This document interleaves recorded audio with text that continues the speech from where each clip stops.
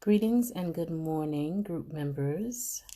This is Leah, the group admin, and I wanted to come on today because I had one of the members ask me a question. So what I'm going to do is tag her briefly. Okay.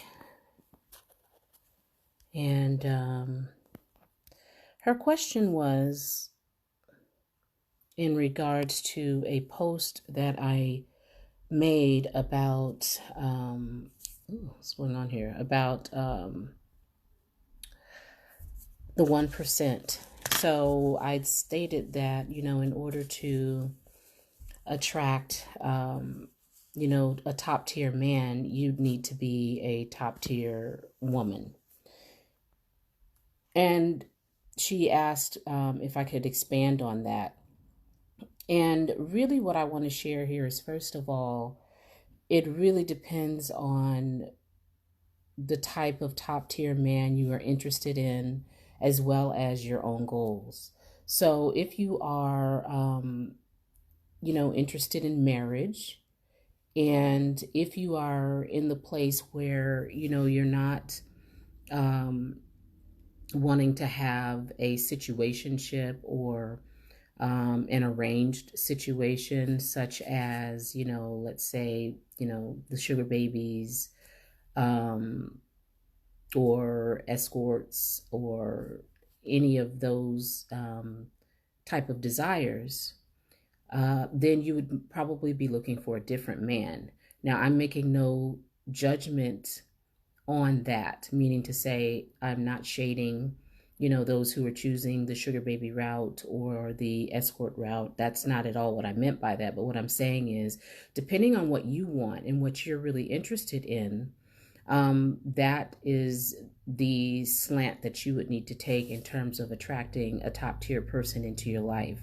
And so as I was thinking about that, I made a list of some key characteristics that a woman would need to have in order to attract, her counterpart, for lack of a better word. And so it's not necessarily in any order, but I just wanted to share my thoughts on this. So clearly, for me, what's super important and definitely at the top of the list would be your ability to really embrace your femininity. Now, I know that that is a really huge keyword and buzzword right now, and everybody's talking about it. But to go into a deeper level and not be more superficial about it, as I've been doing a lot of studying on marriage in and of itself, and I've been reading a lot of books that have really been challenging me in regards to femininity, because I really wanted to understand the true power of femininity, and not necessarily from a sexual point of view, but from a relationship point of view. And so many times, a lot of us have grown up with a lot of feminist teachings, and had perhaps mothers who didn't really learn about femininity or did not have the opportunity to express their femininity. So if they did not have that opportunity, it would have been difficult for them to impart that on or to us. And also, if many of us have not seen a feminine woman in a relationship with her husband, and you've not grown up with that, or perhaps your parents divorced very early, that's also a challenge for us to naturally embody those aspects of ourselves unless we go out there and learn it. But really and truly, top tier men who are healthy masculine men, they desire a a counterpart that is also able to express her healthy femininity. And the reason why it's so important in terms of the relationship, and in terms of even you having the energy about you to attract him, is that these type of men do not want to have to compete with a woman. They do not want that competitive energy around them. They certainly don't want to live with that on a day-to-day basis, and they truly want to experience a part of life that they are not expressing on a day-to-day basis, meaning their femininity. So if you imagine that he's at the office all day, he's commanding people, he's directing, he's doing whatever, he wants to be able to relax in the energy that is receptive to him being who he is without him having to dictate to her. And so understanding the power of your femininity is super important. And so I would suggest books by Laura Doyle. Are challenging, but they are inspiring because it will help you to understand how to live with a healthy masculine man. Because a lot of times, the way in which we do things or the way in which we behave, we think is being helpful, or we just think it's just being us. But in fact, if you understand the character of a masculine man, a truly healthy masculine man, many of the things that we do that we think are being helpful, they find as being disrespectful or nagging or controlling or nitpicking.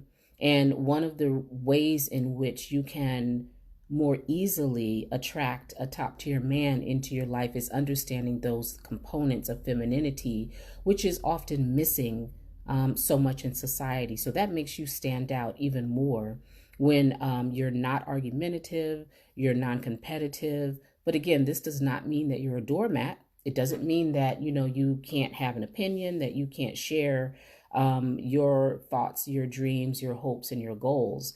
But it is simply a way of embracing your energy that's very soothing and attracting to men, especially to men who want that in a woman. And I have found in studying top tier men and studying their wives, they are, for the most part, not at all competitive, unless you want to think about Jeff Bezos' wife, who was high up in the company as well. She was a go-getter. And not to say that a feminine woman can't be a go-getter, but the woman that he was found to be having an affair with had a very different energy about her. And so that's a very interesting, trio to study and to look at their energy between his wife, or his now ex-wife, and his girlfriend. Um, so to me, that is really crucial, not only for attracting him, but also for keeping him. Because when you're in a relationship with a man, but you are not able to stay in your lane, in your very powerful feminine lane, you find that there begins to be a rift and a shift in the relationship. There becomes tension, and before you know it, you all are living in different worlds. And if your goal is to have a healthy, long-term relationship, that's a lifetime of, self-work and inner work, just in terms of how to stay in a relationship, but also how to promote a healthy relationship from a feminine perspective. And when you are in your feminine perspective, you're the type of woman he wants to come home to. Like you are, an oasis for him in a very, rough and tumble world. And so learning how to create that environment around you. Oh, thank you, sis. And creating that environment in your home is a full-time job as far as I'm concerned. And being the type of woman that, he wants to, be intimate with, that he wants to hug, that he wants to love on, that he's happy to be with. That is a true art. And so that's where I wanted to dig deeper in terms of femininity is highly critical when you want a healthy masculine top tier man. Now, it doesn't even need to mean that he's a billionaire. What I also mean by top tier is a high character, high value man who is family oriented, who has great growth potential, who's already established, of course, but that he can go much further if he has, the right woman with him. And so, believe me, make sure you understand that I do not mean building him up. He needs to already be in a space where, he has adequate resources to care for you in the manner that you desire. So you want to choose well.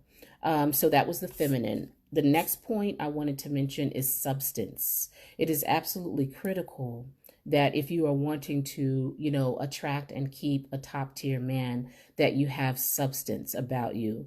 And it may sound like, well, duh, like, clearly one would need substance, but you'd be surprised at, in some circles, um, we have this, how do I say that nicely? But it's a very, there's sometimes women are presenting a very superficial aspect um, of their desires and their needs.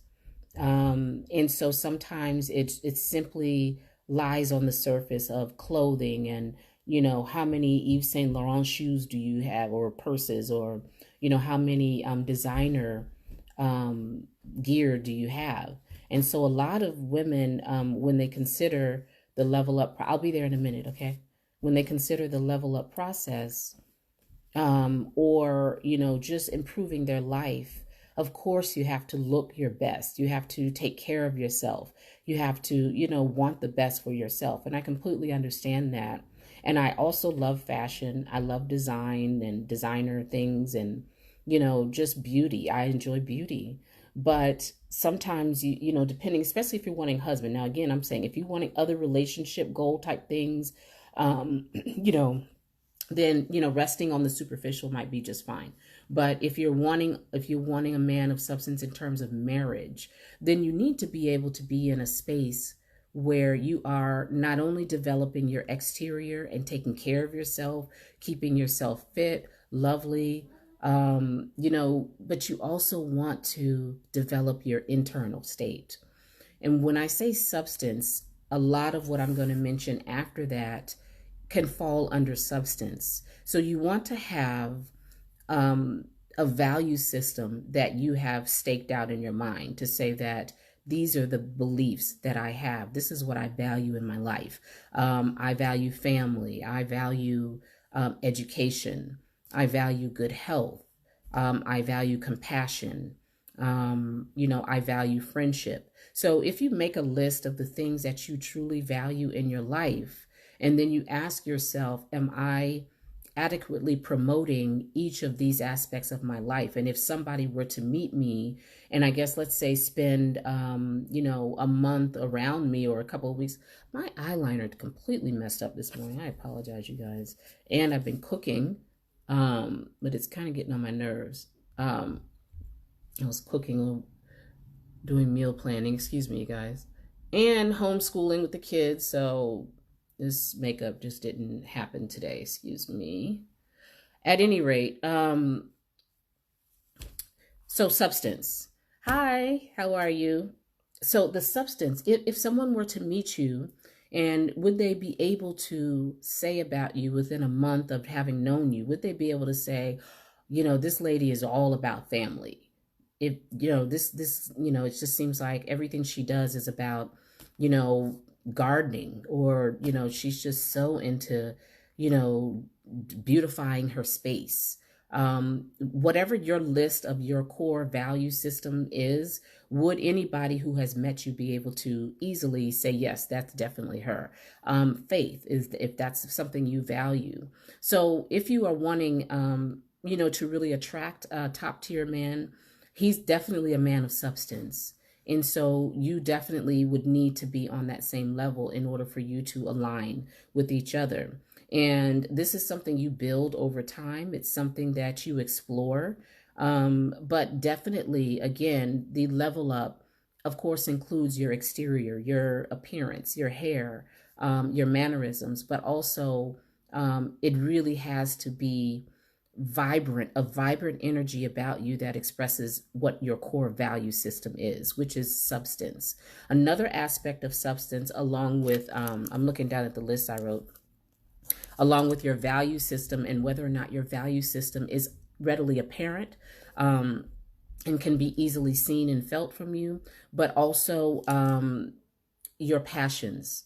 So you have to also, it's being a full woman who is really embracing as many aspects about life as you can. So, yourself being a person with a lot of values, you value education, you value, interior design, beauty, compassion, and these things, you would have a different energy than someone who basically just goes to work, comes home, is not really passionate about anything, spends hours watching reality TV, and doesn't read much, doesn't really invest in learning new skills. That's a very different energy. And so, if your only thing that you're passionate about is shopping, I love shopping, so there's absolutely no shade. But I'm just saying, what else is there about you? Because the people and the men that I have interacted with, um, they are men of substance, and they don't want, unless it's a typical, I mean, not typical, a certain type, which again, I said, are we talking about, top tier men for marriage, or are we talking about, let's say, if you're, like I said, if you're just wanting an arrangement or something like that, or, a sugar baby lifestyle, well, then he might want more of the Barbie doll type, who's just, arm candy and, just to satisfy certain of his needs, whether it's out in public and he wants to look good with you. But that's a different type of, need than the needs of a family oriented, marriage oriented, top tier man. So when you are talking about that type of man, he's definitely going to want someone he can actually talk to, someone who will inspire him, someone who will, have a different insight on different subjects that he can actually have a conversation with. But again, she's able to express herself in a feminine way without being combative and, just having a war about every single little thing. Maybe one of your passions is politics, or maybe it's, again, natural childbirth, something that's really, you're really passionate about, that you study, that you talk about. Maybe you volunteer, maybe you donate. It's just different ways to express it, but that makes you someone with different layers. Multi-layered woman is certainly a woman of value and intriguing. And I found that, one of the things, I'm very passionate about a lot of subjects, but even when I was conversing with my husband on the dating site, um, and he was asking about my interests, and we were just talking back and forth. And I immediately was talking about, natural childbirth and the, infant and maternal mortality rates amongst particularly Black women, was something that I was very passionate about. I spoke about my own home births and just a lot of things. And so he had not heard that from anyone before, in terms of the people he'd met. And he's a physician, but the women that he was, I guess, chatting with online never came up with something like that. And that intrigued him. And then also talking about, natural foods, being a vegetarian and vegan. Sorry, you guys, I'm going to close the door here. My kids are clearly taking a break since I am not standing over them. Hey, you guys, can you please keep it down? Okay, sorry. Let me close this door. So, my thing is that you must have a passion. You must be deeply engaged in life in one form or other. And make sure that you maintain those passions so that you don't, enter into your marriage. And though you're busy about other things, you want to keep your mind active and stimulating. So that was something else I thought. And that goes into the intriguing mind. Again, if you've got your value systems, and if you're practicing and actively engaging in your value systems, and you have a passion for life, you will maintain a level of intrigue about you. You're someone that, he'll always be interested in conversing with. And also, if you have an intriguing mind, and I'm going to touch on this towards the end, but that really is a very valuable attribute when we talk about raising children. And men of value, top tier men who definitely want to have a legacy. Children are going to be important to them. The way in which your children are going to be raised and the way in which you're going to mother the children is really, really important. So definitely maintaining all of that keeps you in a space of being and maintaining a level of intrigue. And so, my husband always sees me studying. I'm on YouTube studying economics, listening to the opposing sides. And we talk a lot about community issues. He and I differ on a lot of things, but he is very thankful, I guess, that I introduced to him the topics of, intergenerational wealth. I presented books to him. And though he had thought about those things, he thought about it more from a mainstream point of view, but not necessarily knowing how to make certain top level or higher level than what he's already done, how to make that happen.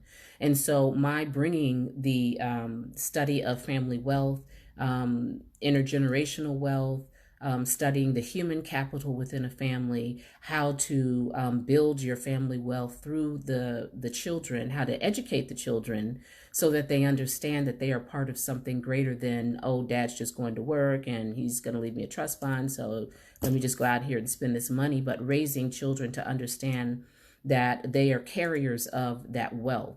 And do they understand your family values? And so these are the things that I was already talking about very early on in our courtship. And I said, this is really, really important. And so for me, I need a man who is deeply steeped in that. And if not, who understands that. That there are a multitude of ways in which to grow the wealth even more, as well as how to maintain it. And that is first very, very important through the human capital, which is the intellectual capital in the family and the family members, which means there's a certain way in which you raise the children.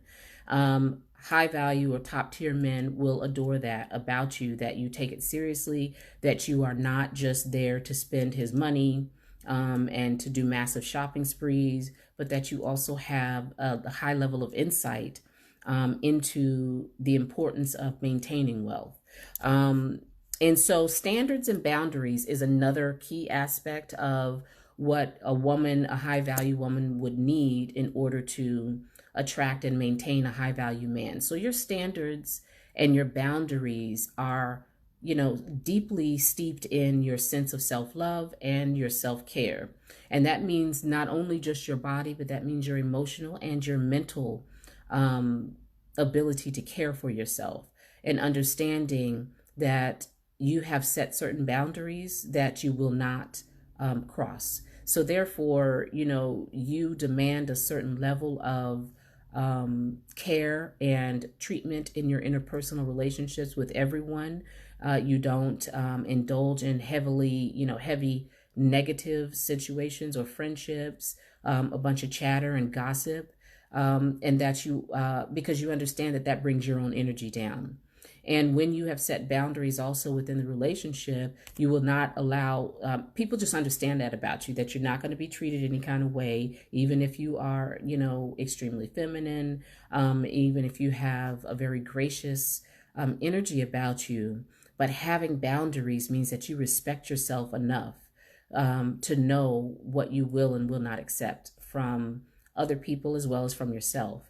And so a high value man will understand and respect your boundaries, because that shows that you have such a high sense of self-esteem and such a high image of yourself that's something that's very attractive, because that is something that will emanate from you. And it's something that, he will value when he takes you around his colleagues and when interacting with family, on his side, etc. Is really, really critical that you have standards of behavior, that you never step below, that you're truthful, that you're honest, that you're forthright, but that you know how to express yourself, but that you also ensure that those around you maintain a high standard. That's just such a high level energy that it's very, very attractive for this type of a man. And so again, that goes into my next point that I had written, which is an extremely high sense of self-worth. And this is not from a self-centered in the sense of being aggressive about it or being conceited, but it's more a sense of a deep internal um, sense of solidity, a deep internal sense of self-love and self-care. Because anytime a woman has a high value, a sense of a high sense of value within herself, that she values herself, it's very difficult for others around her not to value her.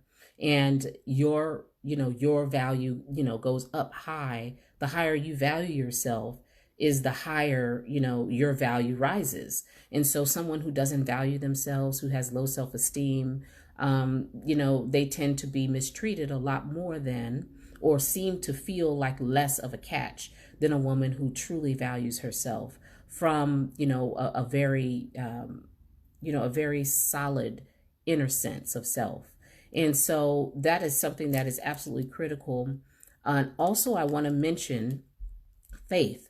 Now, I know that, there's a lot of interesting things. What in the heck is that?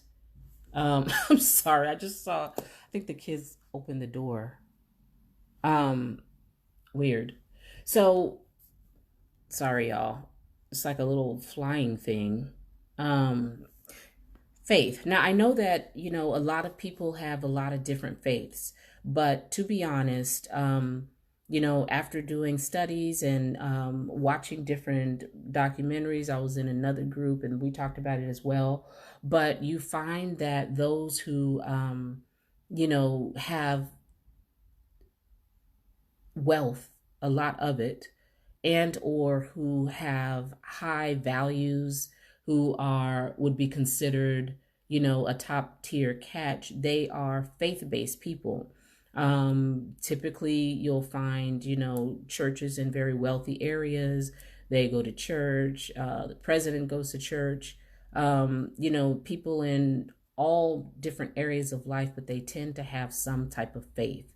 And so, if you are a person who wants to ensure that you attract that type of man into your life, um, you definitely want to make sure that your faith is strong, or that you are at least in search of a faith. Sometimes, some families require that you be of the same faith. And so sometimes you may need to, really think about that in terms of your list of, non-negotiables when you are dating, is make sure you include that, or you at least consider that. Let's say if you're a Christian and he's Jewish, and they need you to, convert, are you willing to? A lot of, top tier men are Jewish. There's other faiths that are also, you find the top tier people.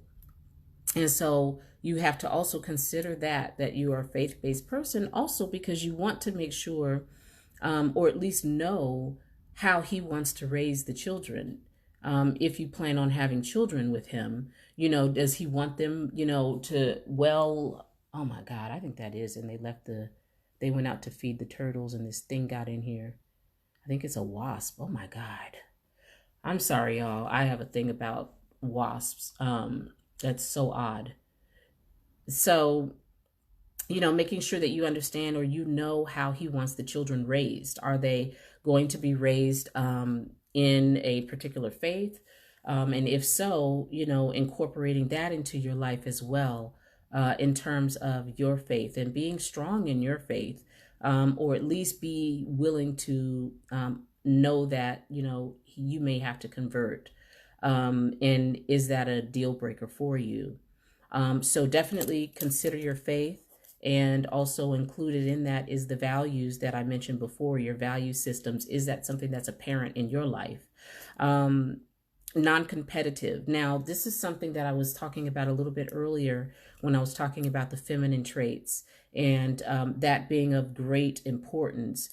Generally speaking, I'm not saying all, because there's all kinds of individual cases, but I will say that, for instance, the women in my neighborhood here, a lot of them, if I go out jogging, at 9 a.m., 10 a.m. in the morning, I'm seeing these women, coming out of these, gorgeous homes, and they've got the baby stroller or two of them in a stroller, and they're jogging, or they're jogging together, a couple of them.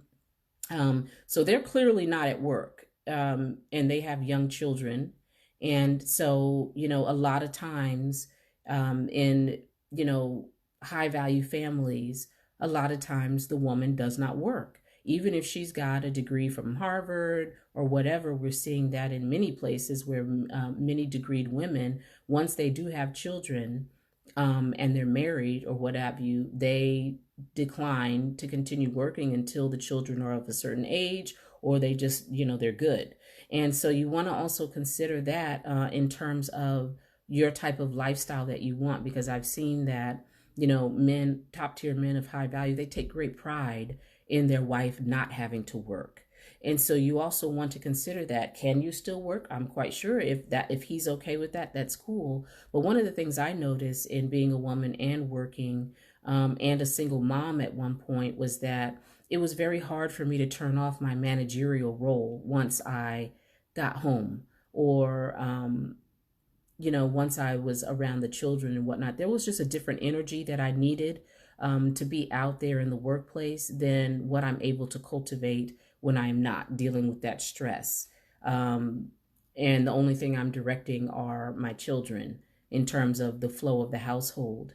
And so, one of the issues with modern day marriages that people or feminists don't really want to acknowledge when they tell women, hey, you can do it all, you can be all at all times, that there is that stress and that burden that women take on, because it's never 50-50. You are still, having to produce a lot of masculine energy out in the stress workplace. Um, and sometimes we don't even notice it, but then it's hard to turn it off. So a lot of times the working wife will come home and she's still in managerial modes and starts directing him, telling him what to do, being a combative, or competitive.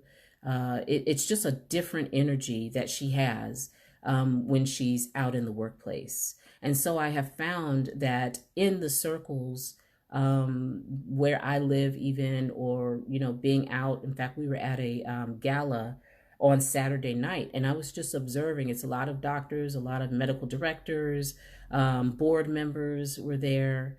And I just was looking at their wives, how they behaved, the way in which they held themselves. And you could tell the ones who were, stay at home wives. I could just tell the energy. They had more time to put themselves together. It just had a whole different energy about them. And they were much more feminine in their, sorry, y'all, they were much more feminine in their appearance, and in their energy.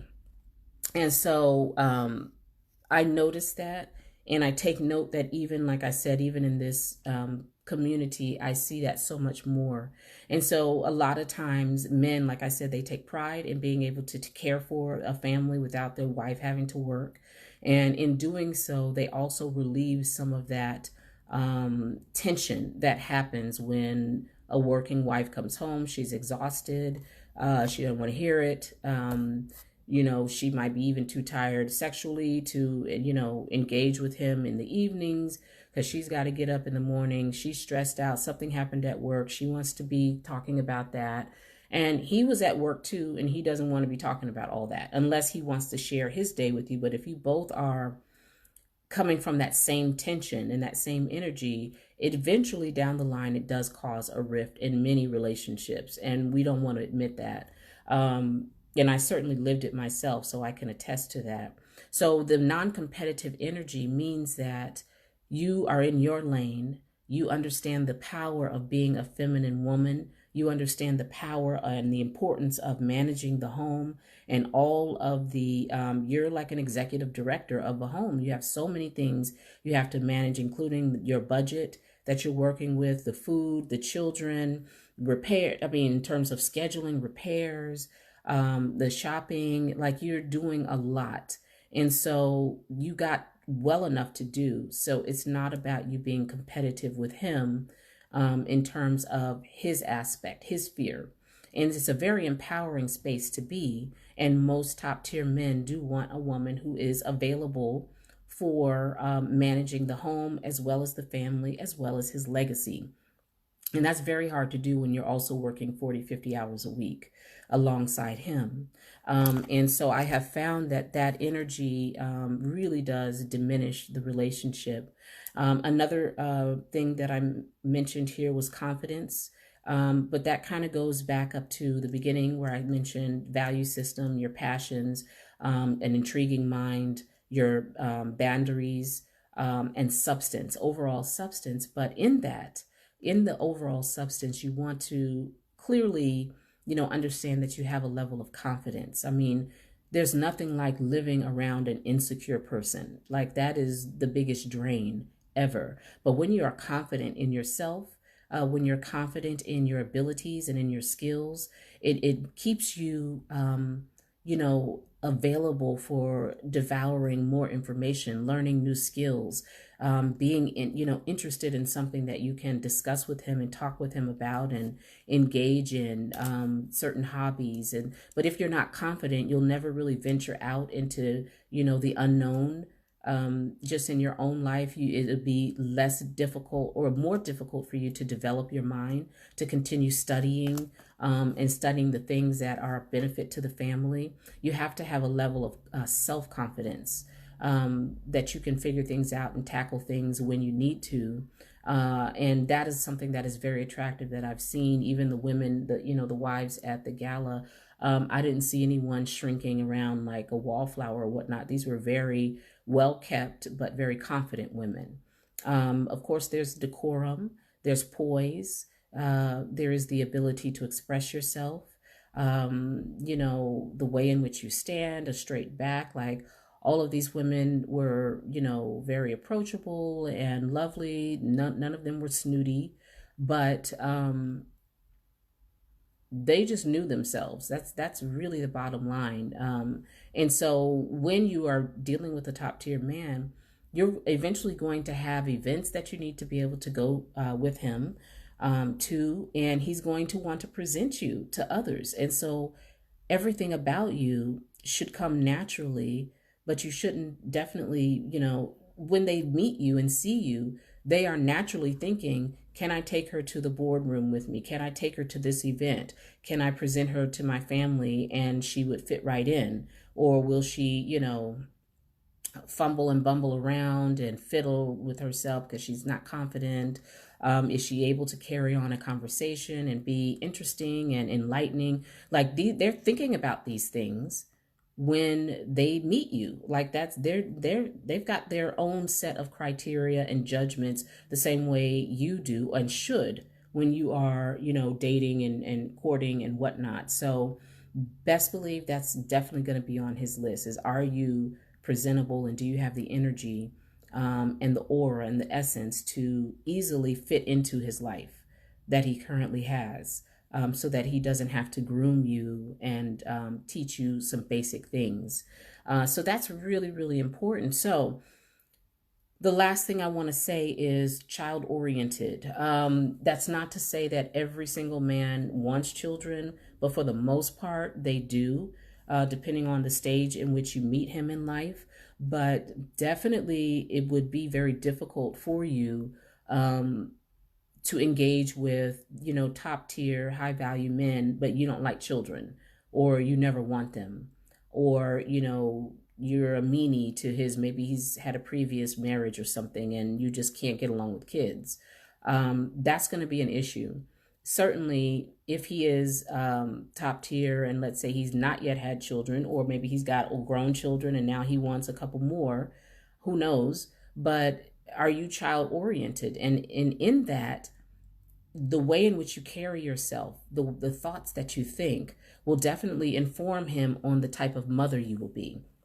It will be very, very important for him to be able to see the type of mother that you would be, even in the first few meetings, because again, it's, do you have a nurturing spirit? Do you have a sense of self-confidence and values, as I went through much earlier, your value system should be compatible with his and also compatible to raising children, because a high value man, a top tier man, is going to want to pass on his legacy, his family name. He's most likely going to take great value in his family name, in his father and father before. And so he definitely wants a woman who understands that and understands what goes into raising children in the way in which would, carry on his family legacy and both of your family legacies for that matter. So it's really, really important to think about that now, whether you have children, do you want more children,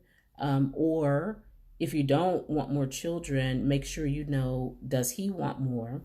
But still, yet and still, let's say even if you don't have children, but do you have a nurturing spirit about you? Do you have, a way in which you treat others that is still a very nurturing? Now, do you need to mother him? Absolutely not.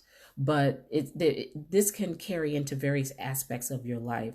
But certainly for the younger ladies out here who do want to have a family, make sure that your value systems match his, that your value systems, you wear it on your sleeve, so to speak, as I mentioned earlier in this video, and then make sure that it's clear and apparent the type of mother you would be. So as an example, my husband, he has 2 children from a previous marriage, and I have 4 children, but I had 2 that were still in the home. The other 2 are grown.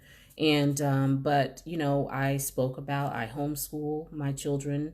I spoke about just various things that I do as a mother, and that attracted him. That was on the list of things that attracted him to me. It was my care and attention and detail to mothering and the mothering style, and my value system in regards to education, and my value system in regards to wealth and wanting to rear the children to understand that they will be the bearers and the carriers of wealth, and making sure that they understand the importance of family values and family morals. So my just talking about that, just like I'm talking about the weather or anything else, again, as I mentioned earlier, your passions, your values, are they apparent just by anybody meeting and talking with you for a little bit? What can they say about you? What would they know about you? And these are the things that I talked about, like the air. And it was nothing for me to mention that, but it was also, I did it pointedly because I wanted to be sure I wasn't wasting any more time. And I wanted to be sure that the husband that I married had the same values, and that was top on the list, which is why I talked about it so much in the beginning and very passionately. And so,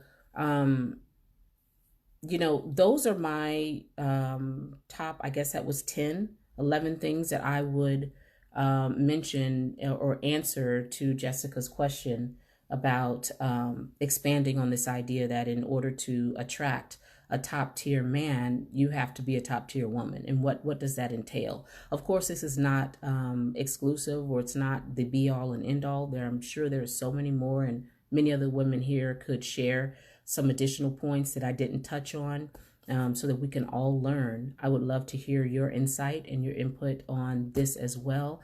I gotta go and check on these kids and this food that is in the crock pot. So I hope you all have a good day, and I hope this was helpful. Thanks again. Bye-bye.